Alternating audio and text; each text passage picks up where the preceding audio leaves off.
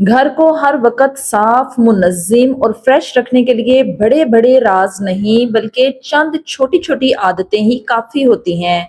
आज की वीडियो में हम मिलकर घर के कुछ रोजमर्रा के काम निपटाएंगे, साथ ही सफाई, ऑर्गेनाइजेशन और घर को हर वक्त सलीके से रखने के ऐसे आसान तरीकों पर भी बात करेंगे जो वाकई रोजाना की जिंदगी में काम आते हैं। और अगर आप पहली बार चैनल पर आए हैं तो चैनल को जल्दी से सब्सक्राइब कर लें। तो चलिए आइए वीडियो शुरू करते हैं। अस्सलाम वालेकुम एवरीवन। अच्छा जी, आज की वीडियो शुरू करने से पहले मैं आपको अपनी प्यारी सी बेटी हफ्सा से मिलवाती हूँ। तो बस आपने इसे देखकर दिल से माशाल्लाह जरूर कहना है और इसके लिए एक प्यारी सी दुआ भी करनी है। मेरी मम्मा के चैनल को सब्सक्राइब करें। माशाल्लाह, अल्लाह ताला मेरी बेटी समेत आप सबके बच्चों को भी अपने हिफ्ज़ो ईमान में रखे, सेहत, खुशियां और कामयाबियां अता फरमाए, आमीन। तो जी, सबसे पहले मैं किचन में आ गई थी और यहाँ पर जो बर्तन धुल कर रखे हुए थे ना, उनको खुश्क करके बर्तनों वाली टोकरी में तरतीब से रखने का वक्त था। वैसे एक बात मैं आप लोगों से जरूर शेयर करना चाहूंगी कि बर्तनों वाली ये टोकरी या स्टैंड जो है ना, ये वक्तन फवक्तन साफ और ऑर्गेनाइज जरूर करती रहा करें। अक्सर हम रोजाना बर्तन तो धोते रहते हैं, लेकिन इस स्टैंड की तरफ ज्यादा तवज्जो नहीं जाती। हालांकि अगर ये जगह साफ सुथरी और तरतीब में हो तो पूरा किचन ज्यादा खूबसूरत लगता है। और एक छोटी सी टिप ये भी है कि अपनी फैमिली की जरूरत के मुताबिक ही बर्तन इस स्टैंड में रखा करें। बहुत ज्यादा बर्तन एक साथ रखने से ना सिर्फ रश लग जाता है बल्कि किचन भी काफी बिखरा बिखरा सा महसूस होता है। अगर बर्तन धोते वक्त स्टैंड भर भी जाए तो जैसे ही बर्तन खुश्क हो, इन्हें जल्दी से इनकी असल जगह यानी कैबिनेट्स या शेल्फ में रख दिया करें। इससे ये है कि आपका किचन हर वक्त साफ सुथरा और मुनज़्ज़म नजर आएगा। खास तौर पर रात को सोने से पहले कोशिश किया करें कि ये स्टैंड ज्यादा से ज्यादा खाली कर दिया जाए। सिर्फ चंद जरूरी बर्तन ही रखें और उन्हें भी उल्टा करके रख दें ताकि सफाई भी बरकरार रहे और जगह भी कम घेरें। वैसे जिन बहनों के पास कैबिनेट्स मौजूद नहीं है, उनके लिए तो यही स्टैंड असल स्टोरेज का काम करता है। तो वो भी वक्तन फवक्तन सारे बर्तन निकाल कर स्टैंड को अच्छी तरह साफ कर लिया करें और दोबारा तरतीब से लगाया करें। यकीन करें, जब बर्तन अपनी जगह पर हो और स्टैंड मुनज़्ज़म हो तो पूरा किचन एक अलग ही सुकून देता है। और मुझे तो लगता है कि साफ सुथरा और तरतीब वाला किचन घर के कामों को भी काफी हद तक आसान बना देता है। तो जी, मार्बल जितना खूबसूरत और शानदार लगता है ना, उतना ही ये सफाई भी मांगता है। खास तौर पर गर्मियों में अगर एक दिन भी अच्छी तरह सफाई ना हो तो ऐसा महसूस होने लगता है जैसे पूरे घर में हल्की हल्की मिट्टी जम गई हो। और मार्बल की यही बात है कि इस पर जरा सी गर्द भी हो फौरन नजर आने लगती है। इसलिए अगर आपने सुबह अच्छी तरह से झाड़ू और मॉपिंग कर भी ली हो तो कोशिश करें कि असर के वक्त या शाम में एक बार फिर हल्की सी मॉपिंग दोबारा कर लिया करें। यकीन करें, पूरा घर दोबारा से फ्रेश, साफ सुथरा और ठंडा ठंडा सा महसूस होने लगता है। और एक खास बात ये कि जिन घरों में छोटे बच्चे हैं ना, वहां सिर्फ सफाई करना काफी नहीं होता बल्कि बच्चों को सफाई की आदतें सिखाना भी बहुत जरूरी है। बच्चों को ये जरूर बताया करें कि जब भी कोई बिस्किट, चॉकलेट या चिप्स खाएं तो इसका रैपर इधर उधर फेंकने की बजाय सीधा डस्टबिन में डालें। तो जी, घर के काम तो चलते ही रहते हैं, लेकिन ये कैसे हो सकता है कि मैं अपनी प्यारी बहनों के लिए वीडियो बनाऊं और आपके साथ कोई फायदे की बात शेयर ना करूं। आज मैं बच्चों के हवाले से चंद बातें आपके साथ शेयर करना चाहती हूँ। ये ऐसी बातें हैं जो हर माँ के लिए जानना जरूरी है। तो चलिए आते हैं अपने टॉपिक पर। तो जी, सबसे अहम चीज जो हमें अपने बच्चों की गुट्टी में डालनी है वो है बड़ों का अदब और सलाम करने में पहल करना।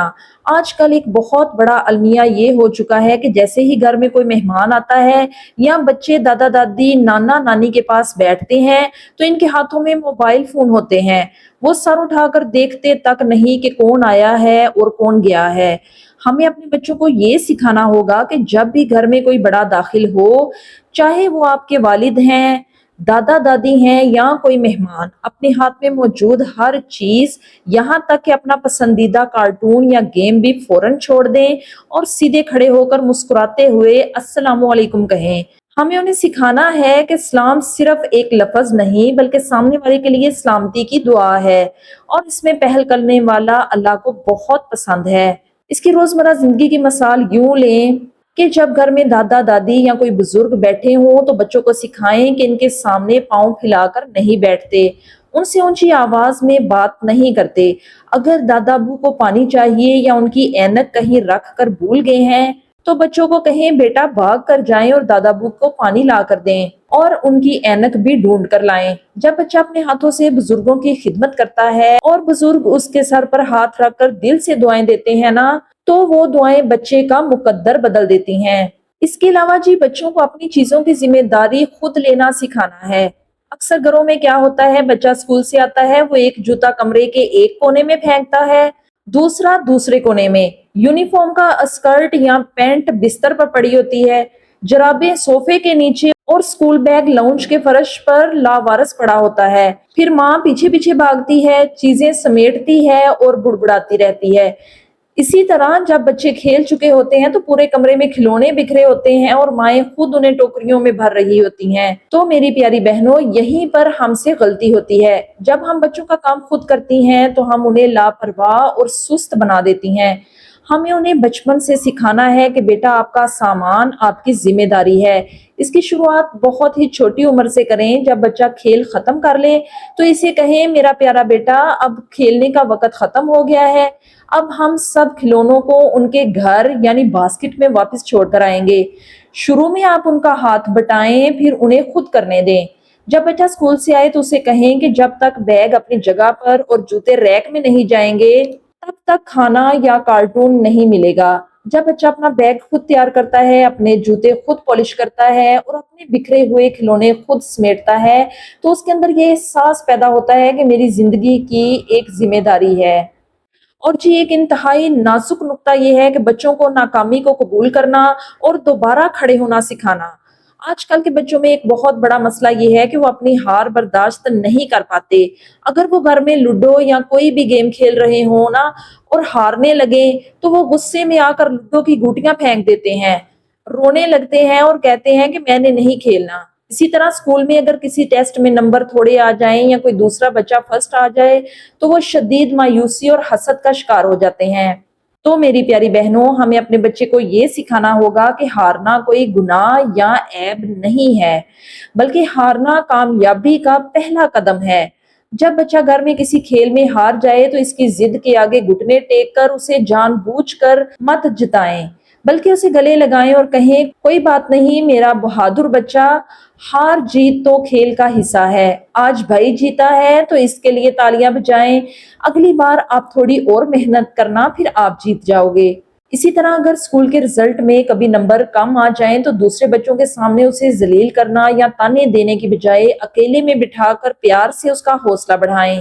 اس سے کہیں بیٹا مما آپ سے ناراض نہیں ہیں، مجھے پتا ہے آپ نے کوشش کی تھی، کوئی بات نہیں، اس بار جہاں غلطی ہوئی ہے ہم مل کر اس کو ٹھیک کریں گے اور اگلی بار آپ اس سے بھی اچھا سکور کریں گے۔ جب بچے کو یہ یقین ہوتا ہے نا کہ ناکام ہونے کی صورت میں بھی میری ماں میرا سہارا بنے گی تو اس کے اندر سے نا امیدی ختم ہو جاتی ہے۔